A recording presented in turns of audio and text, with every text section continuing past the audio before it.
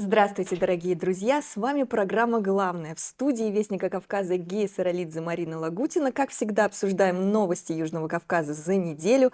И сегодня у нас в гостях в студии Московской Вестника Кавказа Лали Морошкина, политолог, общественный деятель, профессор и журналист из Грузии, наша звезда. А на видеосвязи у нас из Тбилиси наш дорогой друг, политолог Васо Капанадзе. Васо, Лали, приветствуем вас у нас в гостях. Здравствуйте, очень приятно побывать у вас на студии. Приветствую вас, зрителей наших. Васо, привет из Грузии, из России. Приветствую, Марина, Лали, Гея. Очень рад вас видеть.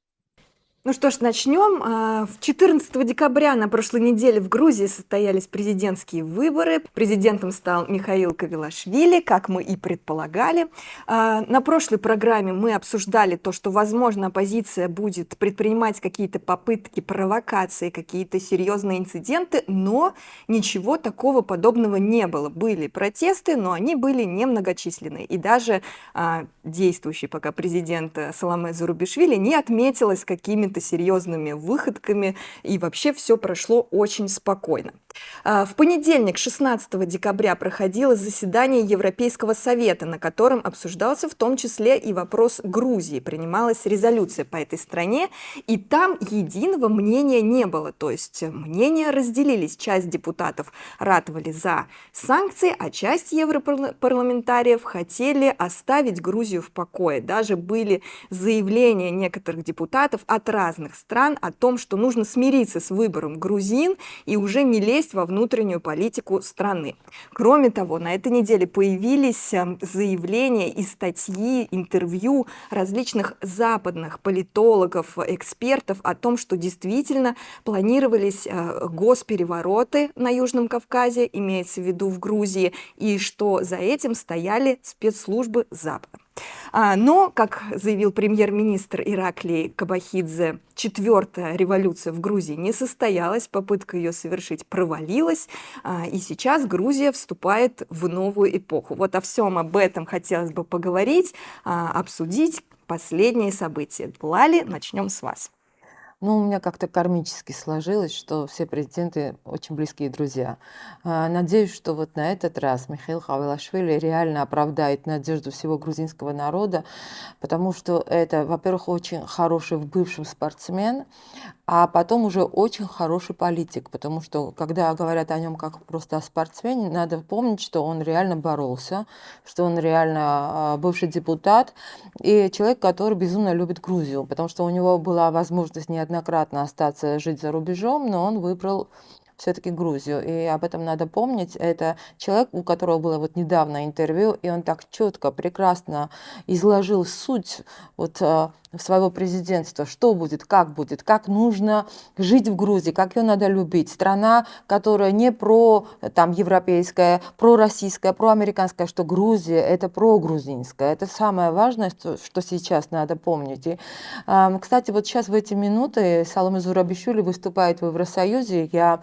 предполагаю, что она там может наговорить, но было интересно, что вчера Илон Маск весь день троллил, значит, и высказывался и перепостил интервью Джеффри Сакса, где он говорит, что реально администрация Байдена занималась вот именно вот этими революциями, и то, что на Кавказе вот периодически смута, он именно винил администрацию Байдена. Вот понимать надо, что вот такая картина сложилась вокруг Грузии, и знаете, когда мы говорим о Грузии, нельзя заниматься Грузией и рассматривать Грузию отдельно. Мы все-таки часть Кавказа. И если что-то произойдет, не дай бог, плохое в Грузии, это обязательно отзовется и в Азербайджане, и в Армении, как это было и всегда.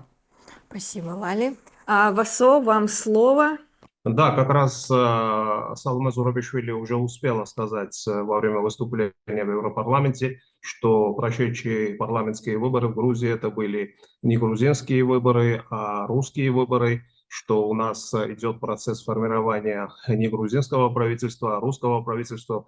Представляете, до чего доходит нынешний все еще президент Грузии, которая 29 декабря, слава богу, что завершит свою карьеру политическую в Грузии, это можно уже однозначно сказать. Соответственно, эти неадекватные заявления, это, конечно же, нам всем неприятно слышать, не нравится, но очень мало ей осталось, и действительно ее на этом посту сменит человек, который является настоящим патриотом Грузии, Михаил Кавилашвили, человек, у которого уже есть десятилетний стаж в политике, и человек, которому доверяют все здравомыслящие люди в Грузии, в том числе и я, и Лали, и Гия, думаю. Поэтому это очень сложный вообще-то процесс, когда страна встает на путь суверенного развития. Вызовов очень много. Можно уже смело сказать, что переворот не состоялся, Майдан не состоялся, но определенные сложности все-таки есть.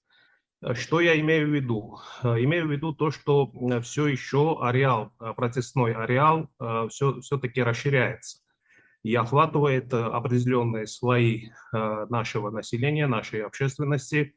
И это результат того, что на протяжении последних 20-30 лет в Грузии вмешательство Запада, как финансового, так и идеологического характера, носило чрезмерный характер. И вот сейчас мы пожинаем плоды этого всего. Но я думаю, что такие люди, как Лали, которая тоже большой патриот нашей страны, и другие наши друзья, и уверяю вас, что таких людей абсолютное большинство, мы не допустим здесь никаких переворотов, никаких серьезных волнений против правительства и против законно избранных властей, и, что самое главное, против нашей страны. Процесс очень сложный, обстановка все еще не простая, но я думаю, что мы прорвемся. Спасибо, Васо. И Гия, взгляд из Москвы.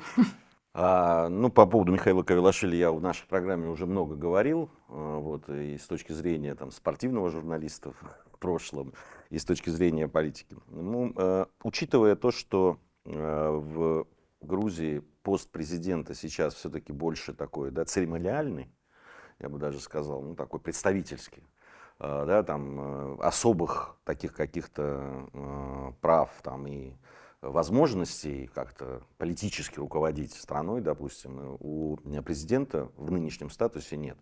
Но мы на примере как раз госпожи Зурабишвили видим, как даже без особой власти, да, можно навредить собственной стране.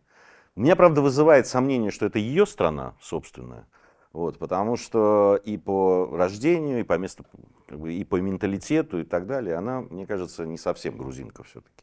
Во всяком случае, то, что она сейчас делает, а это прямая, даже если ты стоишь в оппозиции нынешней власти, ты не должен вредить интересам страны и интересам ее граждан, какую бы ты политическую ни занимал позицию.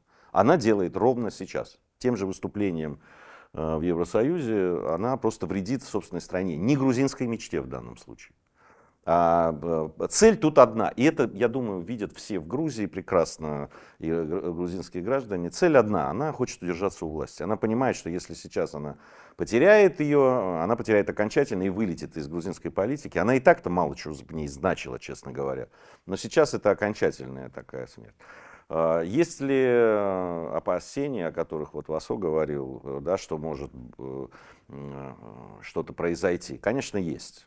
Потому что ситуация такая достаточно нервная, все равно продолжается кризис, и кризисные явления какие-то, и брожение определенное в обществе.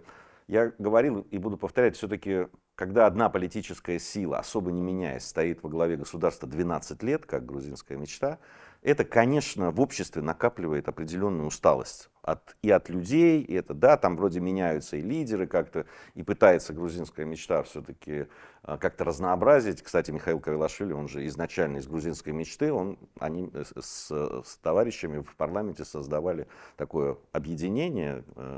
Сейчас они в оппозицию ушли. Да, которая ушла в оппозицию. То есть и определенные политические процессы были, безусловно, происходили.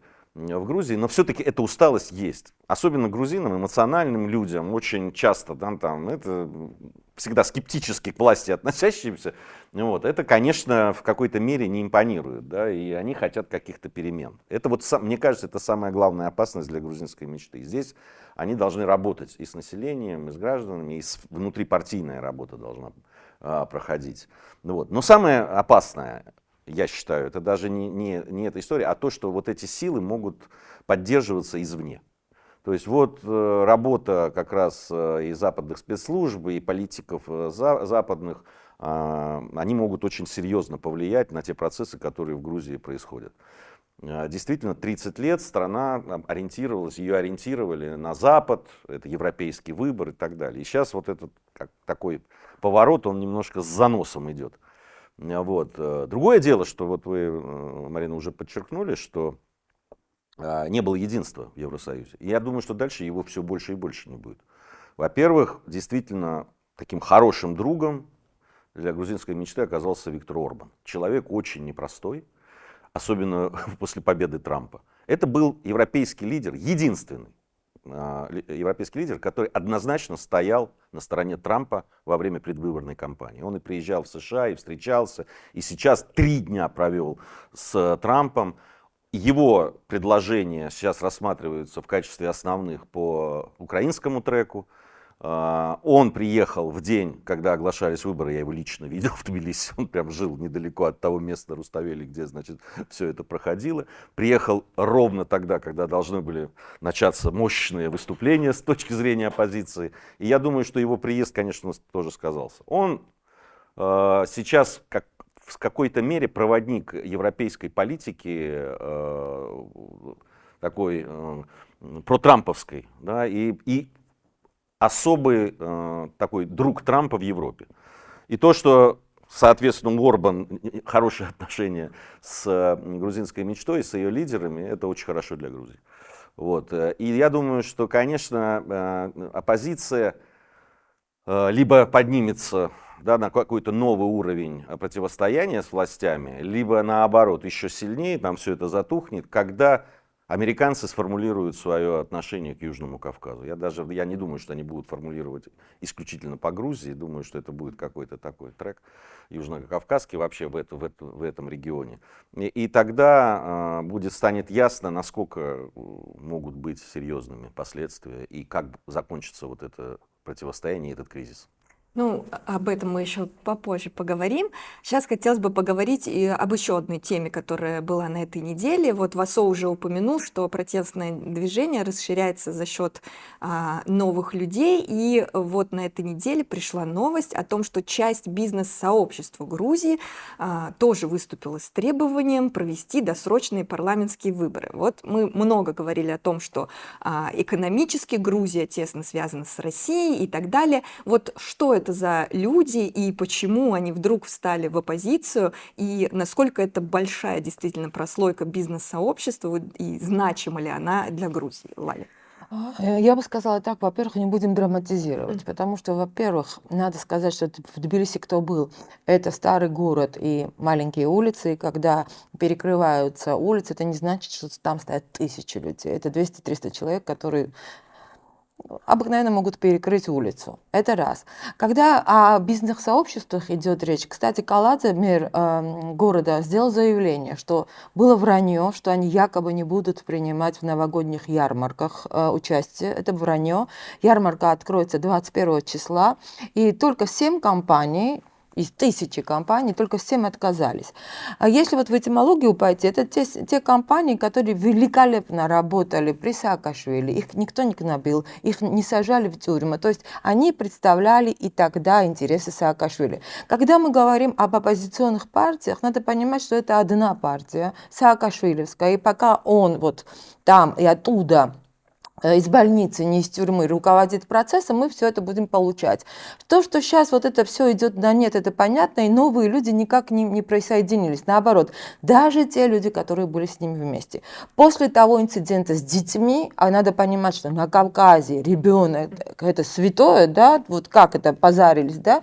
Я помню реакцию моего сына, вот это реально то, что в нашей семье происходило, как он добежал до школы и сказал: не трогайте моего ребенка и не посмейте его тронуть. И так добежали все родители. И даже те, которые так лояльно относились вот к митингующим, они с тех пор на улицу не выходят. Вы понимаете, это такое кощунство. Когда ты взрослый мужик с мегафоном выходишь, обращаешься к детям и на силу берешь на улицу, ну вот как это назвать? Когда они говорят про европейский, я половину жизни прожила в Европе, мои сестры на больших должностях в Швейцарии. Вы попробуйте взять за руку в Европе ребенка. Что вам за это будет? Я думаю, что эти протесты сойдут на нет. Бизнес там стоит, где и стоял. Я немножечко и бизнес тоже представляю. У меня маленькая гостиница, маленький ресторанчик. И никогда никто не то, что ко мне не подходит, вообще никого не трогают, потому хотят и европейцы, и россияне открывать бизнесы в Грузии. Вы посмотрите, посмотрите тех людей и дела тех людей, которые с удовольствием открывают. Кстати, и очень известные рестораторы российские уже открыли рестораны. Их никто не трогает, так же, как и грузин не трогают, американцев не трогают. Я открыла бизнес, это маленький городок Сигнари, там население всего 1000 человек. Ну, это первое туристическое направление. 22 американца, которые открыли бизнес там. Это разве маленькая цифра? То есть надо понимать, что европейцы великолепно себя чувствуют. То есть никто бизнес не трогает. А то, что сейчас они хотели создать картину, якобы всего этого не будет. И елку зажгли, и город прекрасно ликует. А та маргинальная часть, которая осталась на улице, надо понимать, что это те люди, которые поддерживали поджог полицейских. А вы знаете какую-нибудь страну в мире, где подожгли 150 человек полицейских, которые по сей день лежат в больницах, и им ничего бы за это не было? Я считаю, что наши власти слегка более либеральны, чем мы от них требуем. И еще одно. Бедина Иванишвили, почетный председатель партии «Мечты», как раз сделал заявление до выборов. Он сказал, что выборы пройдут нормально, все будет хорошо, а вот через месяц все начнется. И вот как раз через месяц они и знали, когда начать, они ждали звоночек, и слава богу, что закон об иноагентах уже был принят, и мы прекрасно знаем, к чему мы идем. И мы знаем, чем это закончится. Так что этот фильм мы видели. Главное, что то большинство людей, которые на стороне власти, они не выходят бить морду всем остальным. И мы выросли. Мы выросли, к сожалению, и на своих ошибках тоже. И слава богу, что никакой гражданской войны, никакой суматохи. И вот маленькая цифра. Всего протестующих даже в пик их выхода на улицу было 5000. А за несколько часов была на Фейсбуке создана группа «Антимайдан». И за несколько часов там было уже собрано 50 000 человек. Все. Вот этим все сказано. Спасибо, Лали. Васо, как вы? Согласны с Лали? Действительно, это всего лишь небольшая часть бизнесменов, которые протестуют. И основная часть, они настроены совершенно адекватно, но вот эти люди, они действительно связаны, как было сказано, с Михаилом Саакашвили в идеологическом плане и в плане политических симпатий, своих пристрастий. Вообще, в чем я вижу самую главную проблему? Самая главная проблема, наверное, сейчас состоит в Грузии в том, что очень большая все-таки часть грузинской общественности, чуть меньше 40%, вот те, которые проголосовали как раз за оппозиционные партии, для них идея европеизации Грузии возвышена чуть ли не в ранг такого религиозного фанатизма. Понимаете, вот я могу конкретные примеры привести. Позавчера на протестных акциях вышли дедушки и бабушки грузинские, и они несли плакаты. Вот у одной бабушки был такой плакат с содержанием бабушка, то есть это было написано на грузинском, бабушка это бебия, и там было написано, что бебия, то есть бабушка, это не бабушка. То есть вот такой комплекс в отношении России, как будто им кто-то, значит, навязывает мысль, что грузинское название бабушки обязательно нужно, значит, воспринять как по-русски, то есть бебию нужно называть бабушкой. И аналогично бы было написано и про дедушек, что дедушка, то есть бабуа, это не дедушка. То есть вот такие русофобские настроения. А вчера еще хуже. На плакате было написано у протестующих, что мы не станем хинкальной Россией. Вы представляете, до какого идиотизма все это доходит?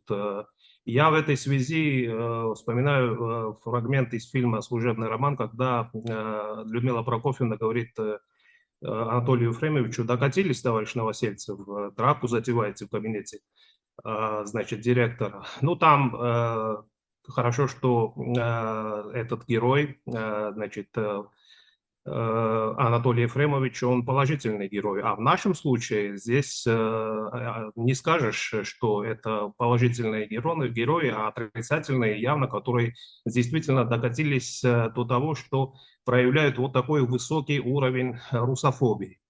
Ну и неудивительно все это, потому что Запад действительно работал здесь за последние 20-30 лет очень активно, влез в разные сферы общественно-политической жизни Грузии, особенно это касается образовательной сферы, и я думаю, что после того, как здесь ситуация нормализуется, нужно заняться вообще, значит, в первую очередь образовательной сферой всерьез и очень основательно, поскольку очень много чего запущено, и вот мы видим плоды на улицах Тбилиси, когда имеет место попытка государственного переворота.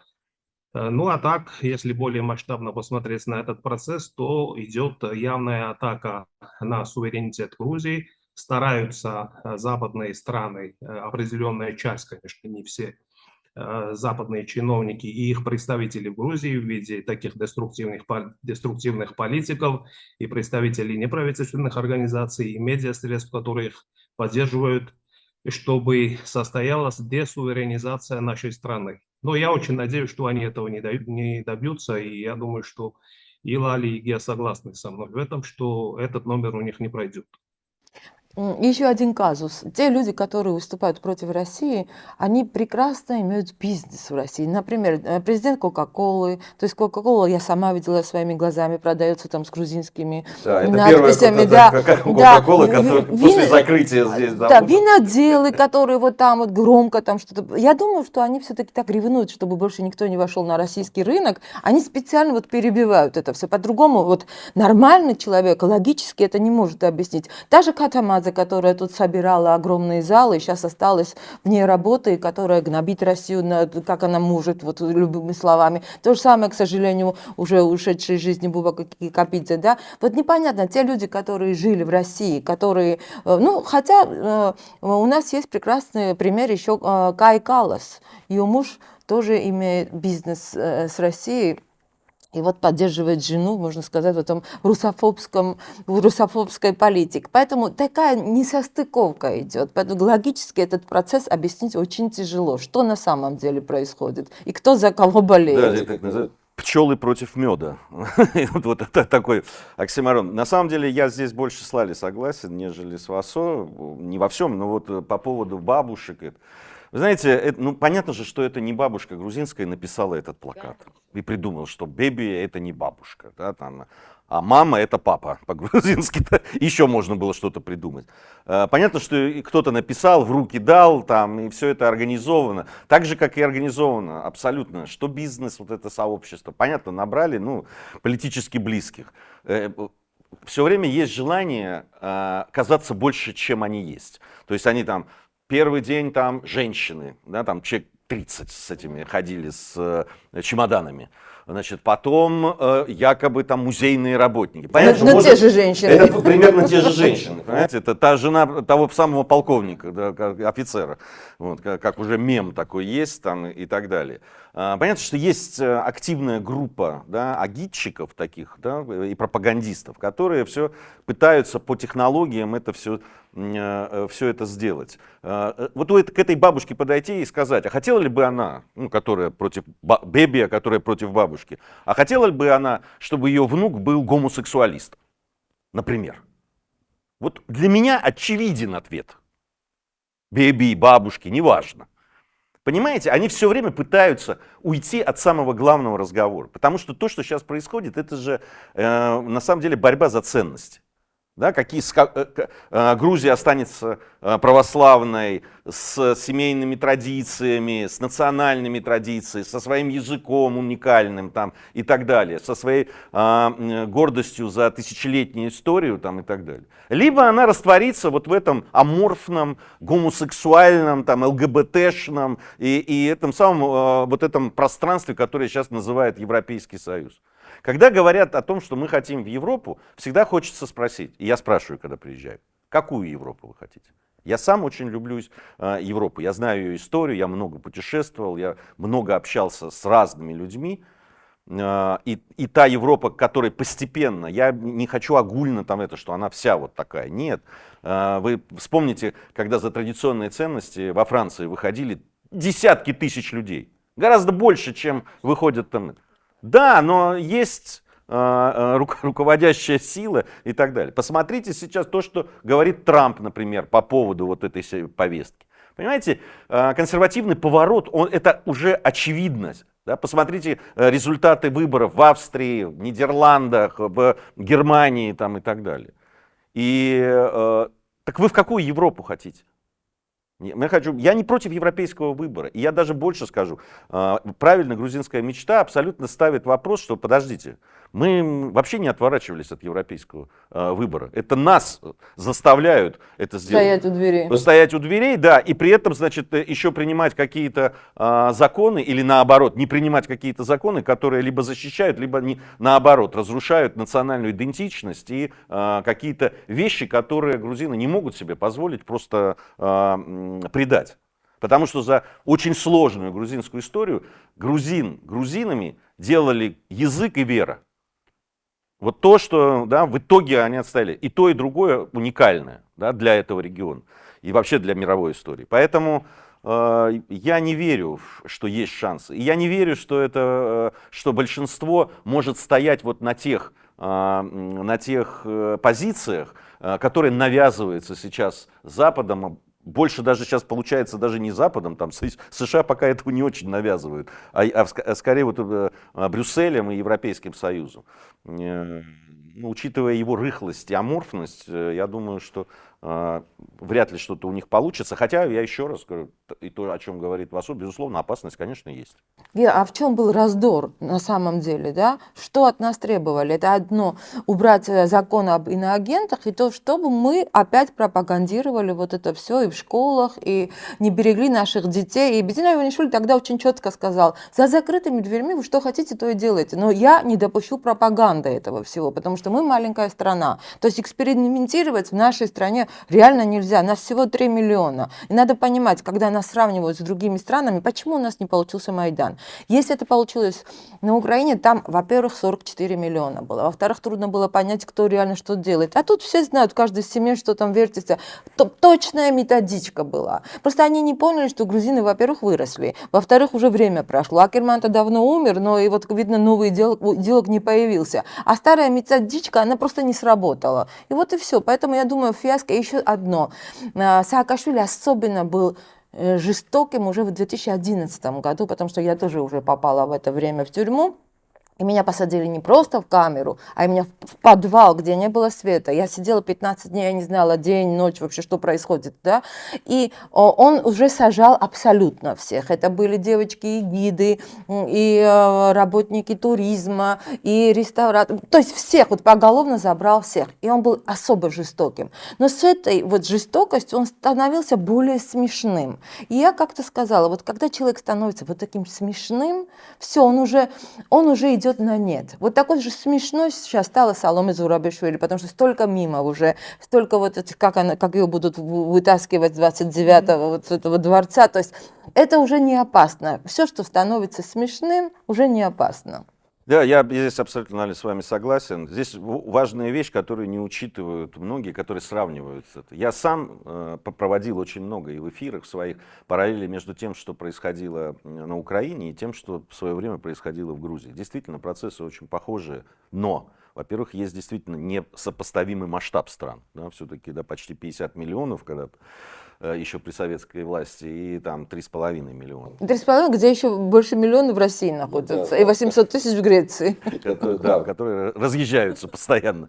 Вот. Но тут и есть еще одна вещь, которая, почему в Грузии все-таки... Грузия прошла гражданскую войну. У Украины более-менее вот эти до 2014 года было нормальное, спокойное развитие. Даже у белорусов, которые пытались, у них тоже были, у них не было гражданской войны. Грузия через жесточайшую, потому что и Южная Осетия, и Абхазия — это гражданские войны. И противостояние потом Тбилиси и Западной Грузии, о которой вообще в России мало что знают. Это тоже очень...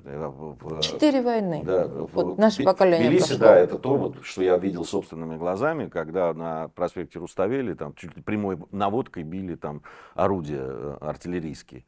Жестокая очень война. Это люди, я повторяю, это люди, которые, да, мое поколение и даже младшие, которые хранили там и родственников, и соседей, которые погибли вот в этих междоусобицах и в этих войнах. Да, и Грузия прошла 2008 год. И реакцию Запада на 2008 год. С водой и памперсами, хорошо помню. Да, которые они присылали. Там, это помощь была западная, которые просто прошли мимо и как отнеслись к этому. И, конечно, психология людей здесь, она такая закаленная в этом смысле. А с другой стороны, конечно, вот Лали сказала ключевую вещь. Ни в коем случае никто, в том числе и те, кто голосовали против грузинской мечты, я с теми людьми, которые разговаривал, ни в коем случае никакого гражданского противостояния. Абсолютно открыто люди говорят, только не это. Васо, есть что добавить? Обязательно. Вот я согласен с Геей, что вот в потоке такой огромной массы информации очень важно отделить сущностное от второстепенного. И тогда, вот действительно, если спросить у этих бабушек, дедушек, и не только у них, хотят ли они, чтобы их внуки, внучки стали представителями ЛГБТ-сообщества, естественно, они ответят нет. Но очень важно, значит, понимать, что вот если мы сейчас не одержим победу над этими реакционными деструктивными силами, то вот эта атака на наши ценности, на наши традиции, она будет продолжаться. И действительно, требования ряда чиновников Евросоюза, чтобы мы отменили здесь закон о прозрачности иностранного влияния, то есть закон об иноагентах, и что еще более важно, закон о защите нашей общественности от ЛГБТ-пропаганды, вот мы ни за что этого не сделаем. Я думаю, что власти, несмотря на вот те персональные санкции, которые, наверное, будут еще более усиливаться, они монолитность свою сохранят, и вот это все останется в силе действия этих законов. И, соответственно, вот в таком случае мы встанем на путь истинного развития, защиты нашего суверенитета нашей страны.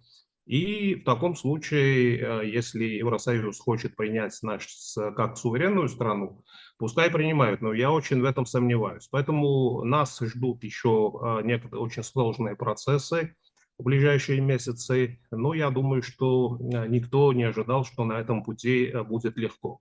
Поэтому я думаю, что наша консолидация, наши совместные усилия приведут к тому, что Грузия победит и будет суверенной страной. Это послужит очень хорошим заделом и для того, чтобы российско-грузинские межгосударственные отношения реально улучшились в самое ближайшее время. Спасибо, Васо. Ну и подводим итоги года для Грузии. Какие главные события или хотя бы по одному назвать? Понятно, что было очень много. Этот год стал прям таким переломным для Грузии, для ее судьбы.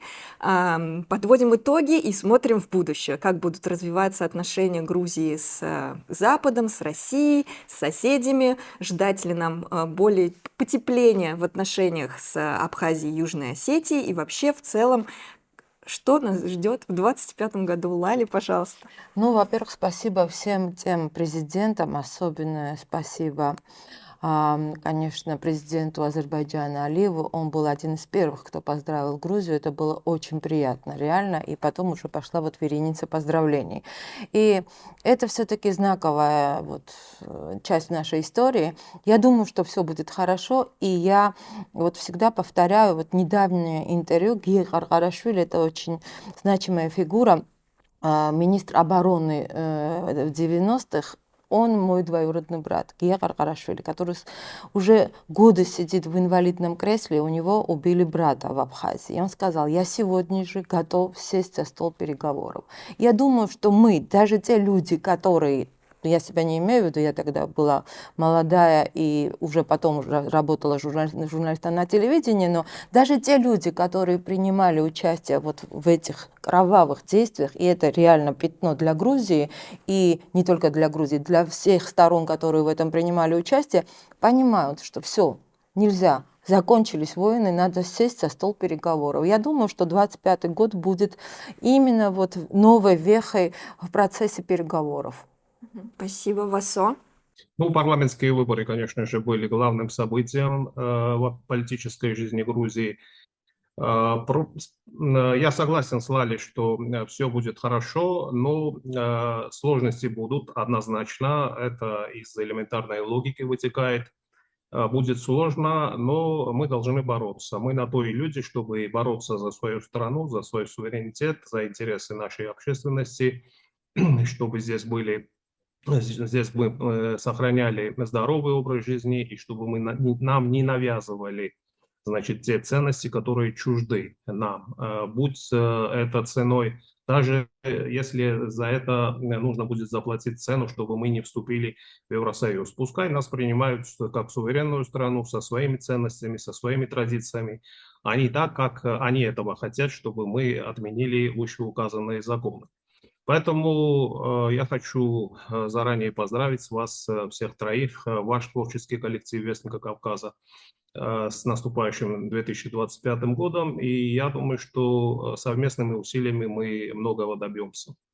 Спасибо, Васо. Ну, Гия. Нет, ну, парламентские выборы, конечно, важные, но для меня, наверное, одним из самых важных событий, которые произошли в этом году, было заявление Иванишвили по поводу того, что вот сейчас мы проведем парламентские выборы, и потом мы выступим обязательно с заявлением таким, где Грузия признает часть своей вины за то, что произошло там, допустим, в Южной Осетии. И что мы протянем руку нашим осетинским братьям, и что мы должны признать свои ошибки и идти дальше. Для меня это было просто знаково. Я, честно говоря, был несколько шокирован, потому что это было сделано в разгар предвыборной борьбы в парламент. И для многих это могло показаться очень слишком таким смелым шагом. Но для меня это было очень сильные слова и с точки зрения своего смысловой нагрузки, и с точки зрения смелости. Ну, супер смелый человек. Да, надо признать. Это надо признать абсолютно. И я думаю, что эти слова попали в сердца очень многих грузин. Потому что это не в традиции Грузии и грузин жить в ссоре со своими соседями.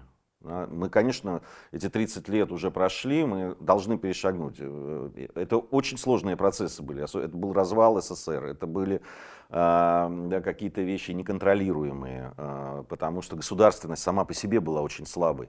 Вот. И, конечно, очень много обид и кровь, что самое главное на Кавказе, между народами. Но идти все равно дальше надо. И без того, чтобы ты сказал, да, я был в чем-то виноват, и протянуть руку, без этого процесс дальше не пойдет. Мне кажется, что такие люди есть и в Осетии, и в Абхазии. И думаю, что очень многие хотят, чтобы мы поставили точку, да, там вот в этой распри, и, конечно, пошли дальше. Конечно, столько смешанных семей. Да, но это вообще одна судьба, это, что там говорить. Да, но на Кавказе вообще нет народов, наверное, между которыми за эти тысячелетия не было каких-то недоразумений, понимаете, нету.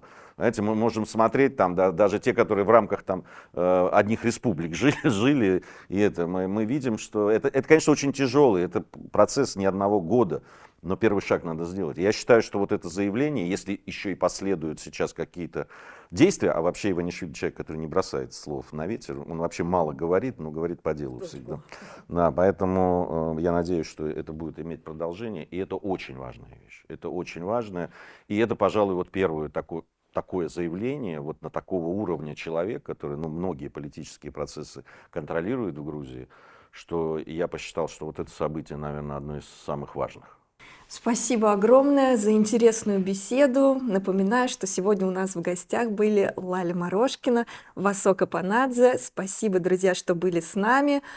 С Грузией прощаемся до следующего Вам спасибо. Нового года и вернемся к вам на следующей неделе. Спасибо огромное.